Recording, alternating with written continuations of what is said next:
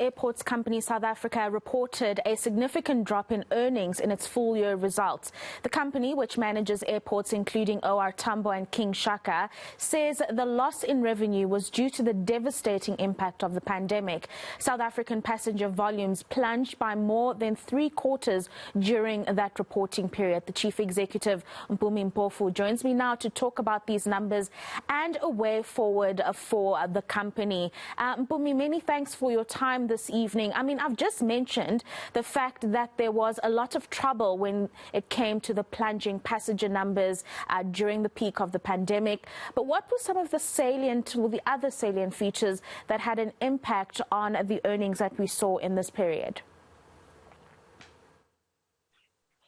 Good evening, and good evening to your viewers. I think the important indicators and what we're able to release on our results is that passenger traffic and its reduction really had the most devastating impact on our revenue generation. But because all of our other activities are very passenger driven, we also saw a reduction in our commercial revenues in the non-aeronautical environment, which resulted in a significant loss with respect to what we're able to normally generate from our commercial activity.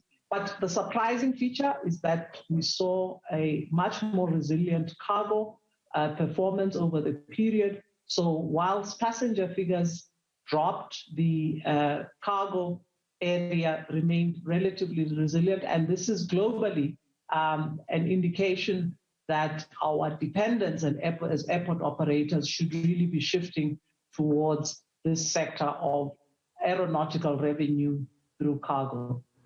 Right. I mean, these results you're reporting on for the end of the 31st of March 2021. There's been a few months between that period and now. And I'm just wondering of the trends that you're starting to see happen within the non-aeronautical as well as the aeronautical space for ACSA, and if you're optimistic about the trajectory that it's taking.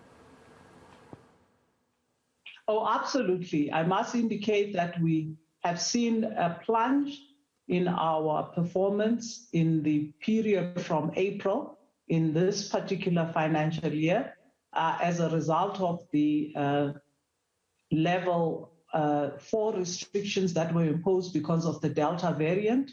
And as that has come to an end, we are starting to see an improvement, which includes from July to September, we've seen our passenger numbers increasing by 400,000 passengers. Overall, our performance on the domestic market was averaging about 30% prior to that period, and we are now starting to approach the 40% range of the 2019 figures.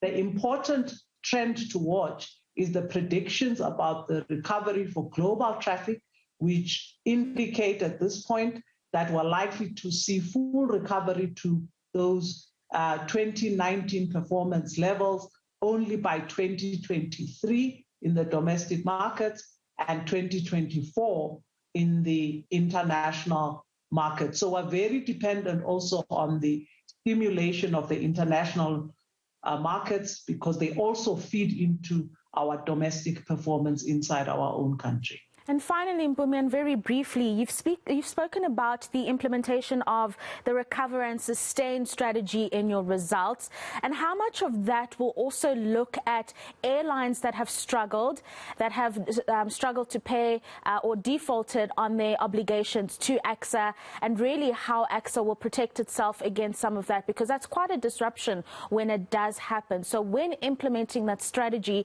how much of it will look at taking care of itself when it comes to airlines that struggle and end up defaulting? An extensive amount of that, up to about 1.8 billion, has been allowed for in the deferments to airlines and the provision of credit relief in relation to the airlines in our current market, in the domestic market. I must indicate that we assume that that is It looks like we've lost Mpumi Mpofu there on an important point about defaulting airlines and ACSA suffering the consequences of that. But anyway, she was giving us insights on the company's full year results for the year ending in March.